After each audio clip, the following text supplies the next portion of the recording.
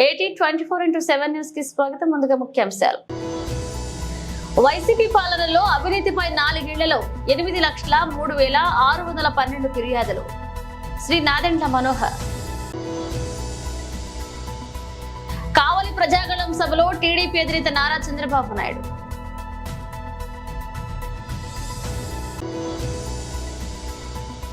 ఎమ్మిగినీరులో జరిగిన జగనన్న బహిరంగ సభకు పోటెత్తిన జనం.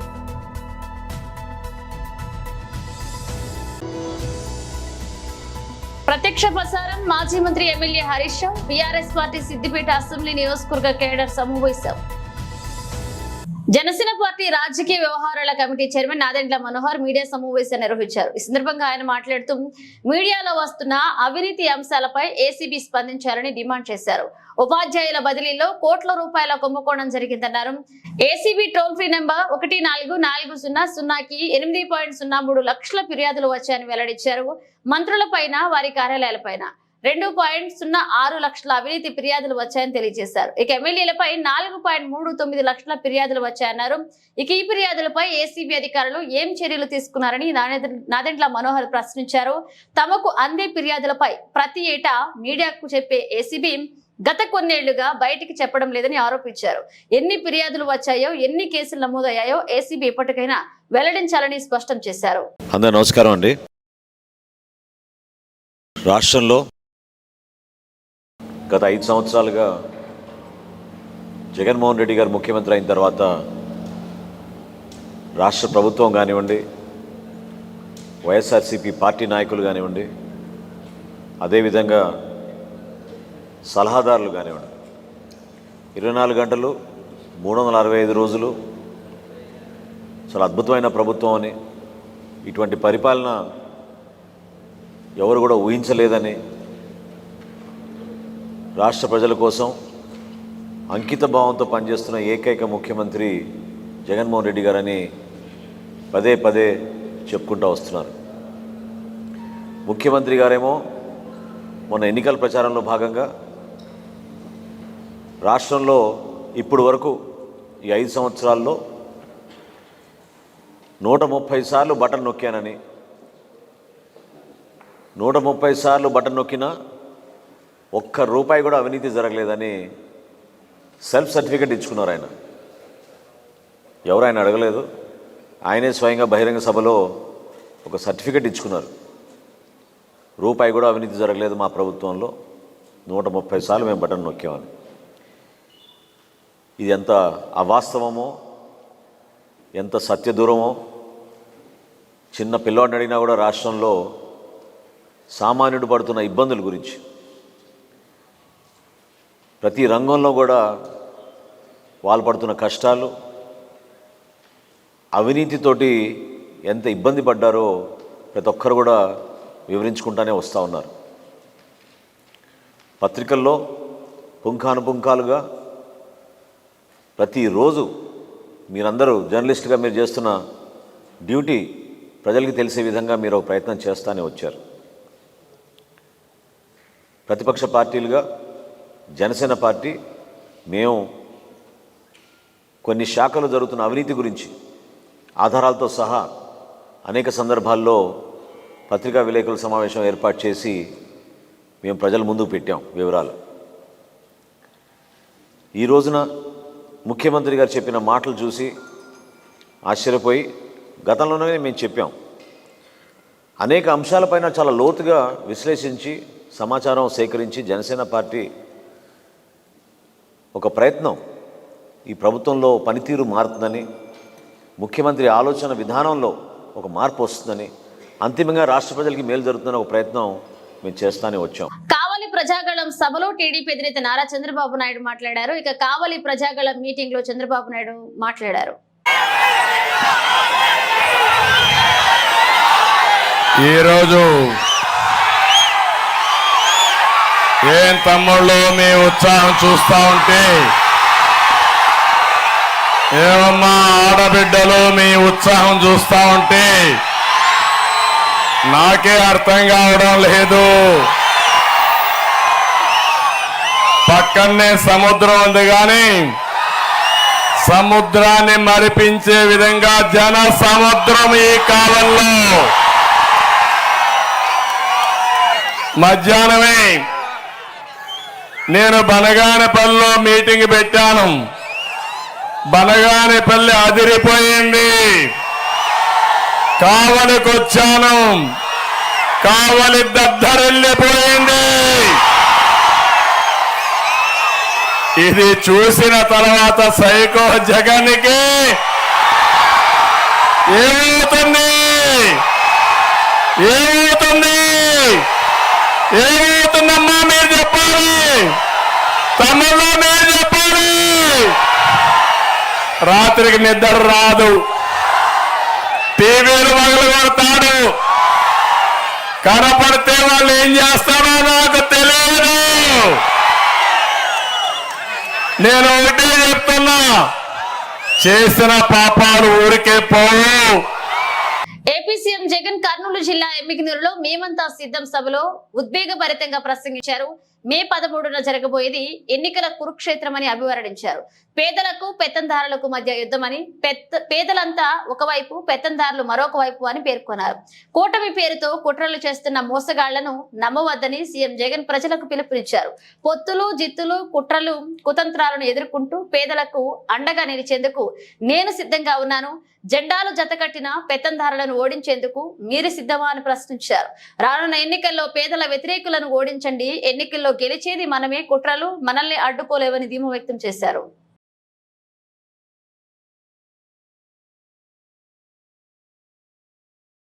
పార్టీ వీడుతున్న వారిపై బీఆర్ఎస్ సిద్దిపేట ఎమ్మెల్యే హరీష్ రావు తీవ్ర స్థాయిలో మండిపడ్డారు. కొంతమంది రాజకీయ అవకాశవాదులు, పవర్ బ్రోకర్లు ఈ రోజు పార్టీని విడిచి వెళుతున్నారని ఆగ్రహాన్ని వ్యక్తం చేశారు.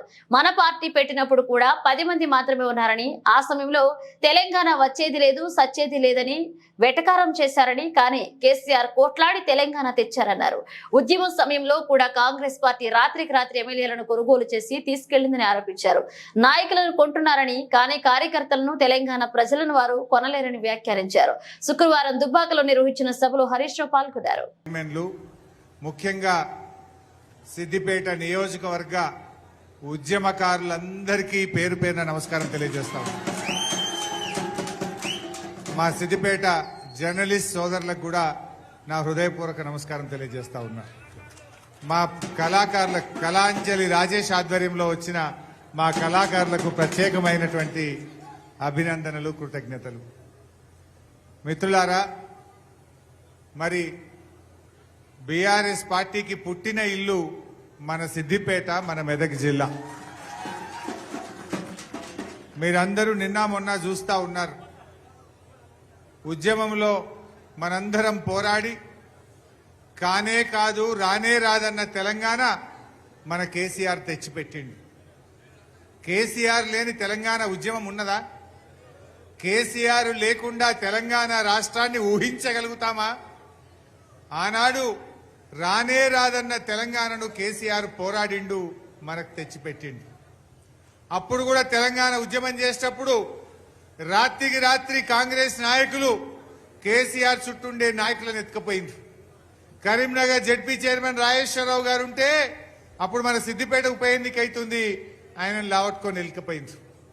పాపారావు అని ఒక ఎమ్మెల్యే ఉంటే ఆయనను తీసుకుపోయే ప్రయత్నం చేసిండు. నేను ఒకటే చెప్తున్నా కాంగ్రెస్ వాళ్లకు, మీరు నాయకుల్ని కొనగలుగుతారేమో, నాయకులను బెదిరించి భయభ్రాంతులకు గురి చేసో ప్రలోభాలకు గురి చేసి తీసుకుపోతారేమో కానీ మా బీఆర్ఎస్ పార్టీ కార్యకర్తల్ని కొనలేరు, తెలంగాణ ప్రజల్ని కొనలేరు అనేటువంటి విషయాన్ని ఇవాళ గుర్తుపెట్టుకోవాల్సిన అవసరం ఉంది. ఈ సందర్భంగా ఒక విషయం కూడా చెప్పాలనుకుంటా ఉన్నా. ఏ నాయకులైతే ఇప్పుడు పార్టీ నుంచి పోతున్నారో రేపు భవిష్యత్తులో దండం పెట్టినా వాళ్ళని తిరిగి పార్టీలోకి తీసుకునే ప్రశ్నే లేదు. పార్టీకి ద్రోహం చేసినోడు ఇలా కన్న తల్లికి ద్రోహం చేసినట్టే. పార్టీ ద్వారా పదవులు పొంది, పార్టీ ద్వారా అవకాశాలు తీసుకొని పార్టీకి మోసం చేస్తే ఎప్పుడు కూడా వాళ్ళని క్షమించే ప్రశ్నే ఉండదని చెప్పి కూడా నేను మనకు చేస్తా ఉన్నా. మిత్రులారా, మనం ముఖ్యంగా సిద్దిపేట కార్యకర్తలం ఒక చరిత్ర ఉన్నది. తెలంగాణ ఉద్యమంలో ఎక్కడ పోరాటం ఉన్నా మనం పోని పోరాటం లేదు. ఎక్కడ ఉప ఎన్నిక ఉన్నా మనం కాప్రా మున్సిపల్ కార్పొరేషన్ పరిధిలోని ఎంఆర్ఓ ఆఫీస్ కి కోతవేట దూరంలో జమ్మిగడ్డ ప్రధాన రహదారిపై పట్టపగలే యథేచ్ఛగా అక్రమ షెడ్ల నిర్మాణాలు జరుగుతున్న అధికారులు మాత్రం చూసి చూడనట్లుగా వ్యవహరించడం పట్ల పలు అనుమానాలు రేకెత్తిస్తున్నాయి. ఇక ఇప్పటికైనా సంబంధిత ఉన్నతాధికారులు స్పందించి అక్రమ నిర్మాణాలపై తగు చర్యలు తీసుకోవాలని స్థానిక ప్రజలు డిమాండ్ చేస్తున్నారు.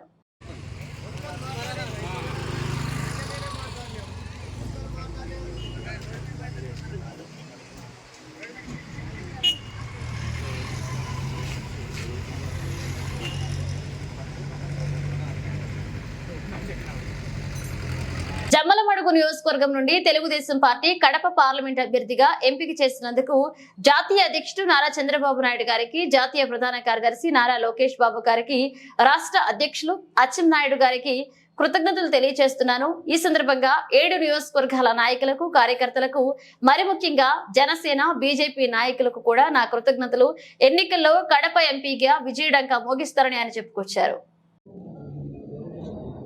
తెలుగుదేశం పార్టీ పార్లమెంట్ అభ్యర్థిగా ఎంపిక చేసినందుకు జాతీయ అధ్యక్షులు నారా చంద్రబాబు నాయుడు గారికి, జాతీయ ప్రధాన కార్యదర్శి నారా లోకేష్ బాబు గారికి, రాష్ట్ర అధ్యక్షులు అచ్చెన్నాయుడు గారికి కృతజ్ఞతలు తెలియజేస్తున్నాను. ఈ సందర్భంగా ఈరోజు 7 నియోజకవర్గాల కార్యకర్తలకు, నాయకులకు, మరి ముఖ్యంగా ఈరోజు కూటమిలో ఉన్న జనసేన నాయకులకు, బీజేపీ నాయకులకు కూడా నా కృతజ్ఞతలు తెలియజేస్తున్నాను. 7 నియోజకవర్గాల్లో కూటమి అభ్యర్థులు సహకారంతో ఈరోజు పార్లమెంట్లో కూడా విజయ డంకా మోగిస్తామని కూడా ఆశాభావం వ్యక్తం చేస్తున్నాను. వాళ్ళందరినీ కలుపుకొని రానున్న రోజుల్లో ప్రతి నియోజకవర్గంలో వాళ్ళతో పాటు ప్రచారం చేస్తూ తెలుగుదేశం పార్టీ ఎన్డీఏ కూటమిలో ఏ విధంగా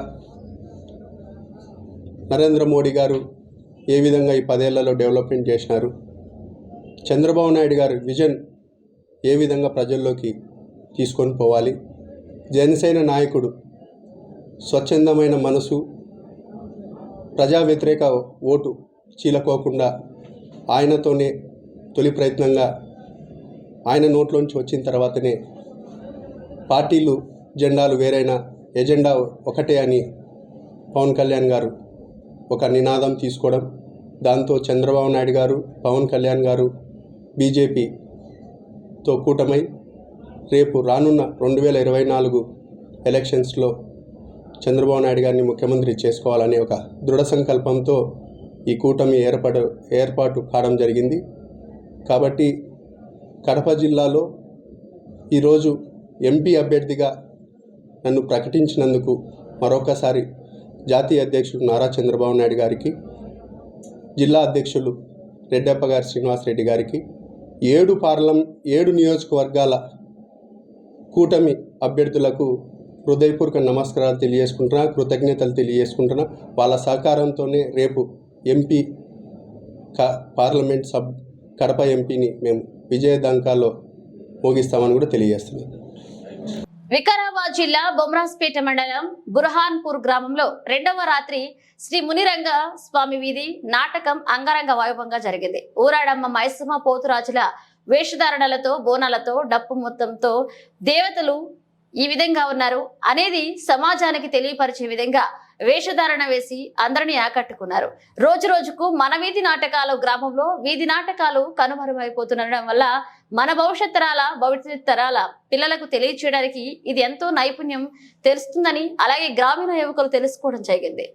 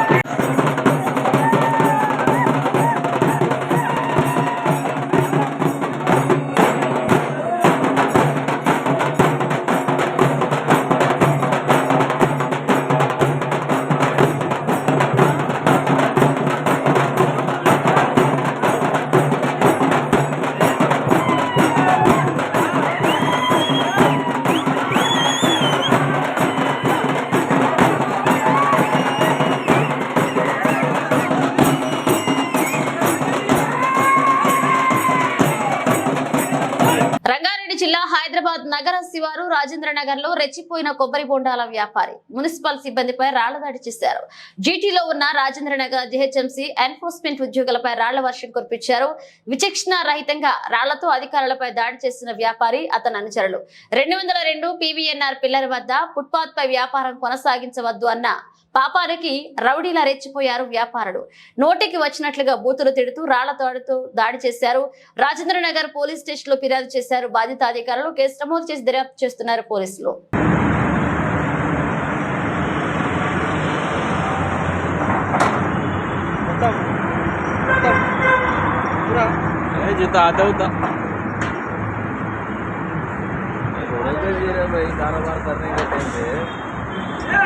लड़ाया करे लोग लड़ाया करे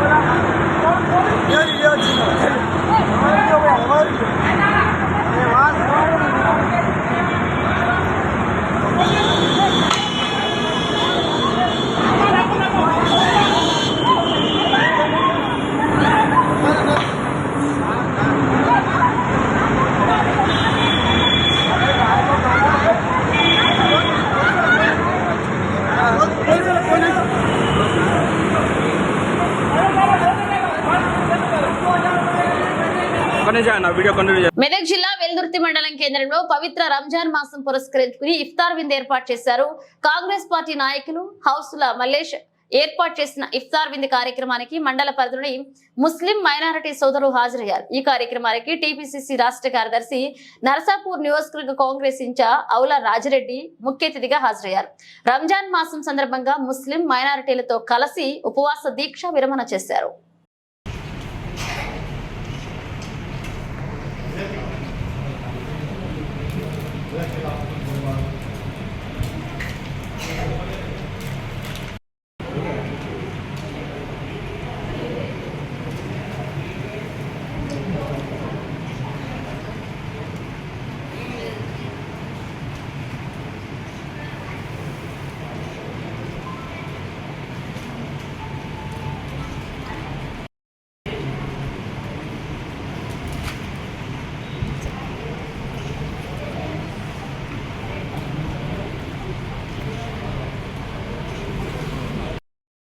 పవిత్ర మాసం సందర్భంగా ముస్లిం సోదరులందరికీ రంజాన్ మాసంలో వాళ్ళ ఉపవాస దీక్షలు మరియు ఈ పవిత్ర మాసంలో వాళ్ళు ఆధ్యాత్మికంగా చాలా నిష్ఠతోని మరి ఒక భగవంతుని ప్రార్థనలో మునిగితేలి వాళ్ళందరూ కూడా సంతుష్టులై ఈ మాసం మొత్తం కూడా ఉపవాసాలు ఉండి ఒక మంచి కార్యక్రమంలో పాల్గొనడానికి అవకాశం ఇచ్చినటువంటి ఈరోజు ఇఫ్తార్ విందుకు కారకులైనటువంటి హౌసుల మల్లేశం గారు మనందరినీ కూడా ఈరోజు వెల్దుర్తి మసీద్కు పిలవడం జరిగింది. వాళ్ళ ప్రార్థనలో పాల్గొని వాళ్ళ ఇఫ్తార్ విందులో కూడా పాల్గొని మరి ముస్లిం సోదరులతో అందరితో కూడా కలిసే అవకాశం లభించింది. మరి అందరూ కూడా ముస్లిం సోదరులు ఇక్కడ ఉన్నటువంటి వెల్దుర్తిలో ఉన్నటువంటి ముస్లిం సోదరులందరికీ కూడా అందరికీ మంచి జరగాలని ఆ భగవంతుడు అల్లా వాళ్ళని చల్లగా చూడాలని, వాళ్ళ కుటుంబాల్లో సంతోషం వెల్లివిరియాలని, వాళ్ళ కుటుంబాలు కూడా అందరూ కూడా ఆర్థికంగా పురోభివృద్ధి చెంది సామాజికంగా కూడా వాళ్ళందరూ పైకి రావాలని మనస్ఫూర్తిగా కోరుకుంటూ అల్లా వాళ్ళందరికీ ఎల్లవేళ్ళ కృప అందియాలని మనస్ఫూర్తిగా కోరుకుంటున్నాను. 7, 8 వార్డుల్లో ఎన్నికల ప్రచారంలో వినుకొండ శాసనసభ్యులు బొల్లా బ్రహ్మనాయుడు తనయుడు యువ నాయకులు బొల్లా గిరిబాబు వినుకొండ నియోజకవర్గ అభివృద్ధికి అహర్నిశలు కృషి చేసిన ఏకైక నాయకుడు బొల్లా బ్రహ్మనాయుడు అని బొల్లా గిరిబాబు అన్నారు. నియోజకవర్గ అభివృద్ధిని కొనసాగించేందుకు మరోమారు ఎమ్మెల్యేగా బొల్లా బ్రహ్మనాయుడికి మద్దతు తెలిపి భారీ మెజార్టీతో గెలిపించుకోవాలని ప్రజలను ఆయన కోరారు. పల్నాడు జిల్లా వినుకొండ పట్టణంలోని 7, 8 వార్డుల ఎన్నికల ప్రచారంలో పాల్గొన్న ఎమ్మెల్యే బొల్లా బ్రహ్మనాయుడు తనయుడు యువ నాయకులు బొల్లా గిరిబాబు ప్రజలను ఉద్దేశించి మాట్లాడుతూ పట్టణంలో ప్రజలు ఎదుర్కొంటున్న ప్రధాన సమస్యలపై దృష్టి పెట్టి వాటి పరిష్కారానికి కృషి చేసిన ఏకైక నాయకుడు మన ఎమ్మెల్యే బొల్లా బ్రహ్మనాయుడు అన్నారు. ప్రజలు తాగునీటి సమస్య పరిష్కరించడంతో పాటు పట్టణంలోని ట్రాఫిక్ సమస్యను పరిష్కరించారని అన్నారు. వినుకొండ కొండపై ఉన్న శ్రీ రామలింగేశ్వర స్వామి ఆలయానికి ఘాట్ రోడ్డు నిర్మాణంతో పాటు ఆలయ పునర్నిర్మాణం చేపట్టారు. వీటితో పాటు స్టేడియం నిర్మాణం, పెట్రోల్ బంకు దగ్గర రోడ్డు విస్తరణ, ఎన్ఎస్పి కాల్వ కట్టపై సీసీ రోడ్ల నిర్మాణం, సెంట్రల్ లైటింగ్ ఏర్పాటు వంటి ఎన్నో అభివృద్ధి పనులు జరిగాయని తెలియజేశారు. మన యువ కెరటం బొల్లా బ్రహ్మనాయుడు గారి తనయుడు గిరిబాబు గారు వచ్చినారు. ఈ కార్యక్రమంలో మన వైఎస్ఆర్సీపీ నాయకులు, పార్టీ కార్యకర్తలు, కౌన్సిలర్లు, పార్టీ పెద్దలు, సాగుబడిపరులు అందరూ విరివిగా పాల్గొని ఈ కార్యక్రమాన్ని చేపడుతున్నాం. స్వాగతం, సుస్వాగతం. బొల్లా గిరిబాబు గారికి స్వాగతం. ఈ రోజున సార్వత్రిక ఎన్నికల్లో హనుమకొండ జరగబోయే ఎన్నికల్లో ప్రచారంలో భాగంగా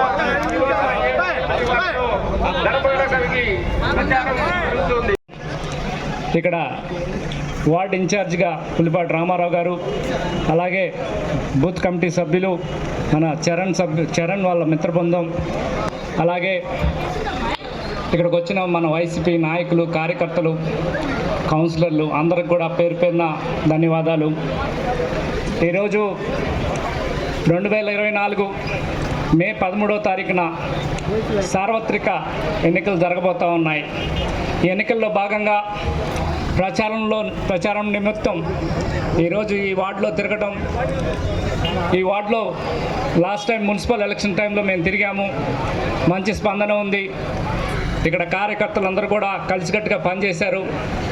అలాగే ఈ ఎన్నికల్లో కూడా మీ అమూల్యమైన ఓటుని ఫ్యాన్ గుర్తుపైన ఓటేసి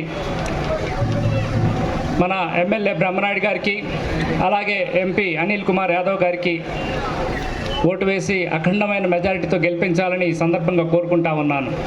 అలాగే గతంలో ఎన్నడూ లేని విధంగా వినుకొండ పట్టణంలో అనేక అభివృద్ధి కార్యక్రమాలు జరిగాయి. మీకు తెలుసు, 2019 ఎన్నికల టైంలో ఇట్లానే ప్రచారంలో తిరుగుతున్నప్పుడు ప్రతి ఇంటి దగ్గర కూడా మా సిస్టర్ కానీ మా అమ్మగారు కానీ తిరుగుతున్న టైంలో ప్రతి ఒక్క అక్క చెల్లెమ్మలు అడిగింది ఏంటంటే, మేము నీళ్ళ సమస్య ఉంది, ఆ నీళ్ళ సమస్యను తీర్చగలుగుతారా అని అడిగారు.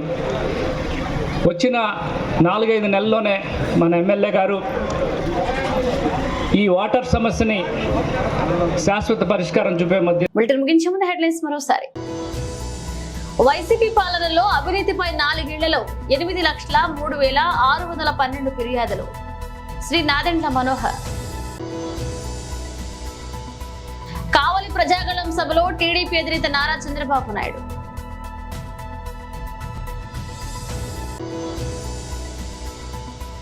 ఎమ్మిగినీరులో జరిగిన జగనన్న బహిరంగ సభకు పోటెత్తిన జనం.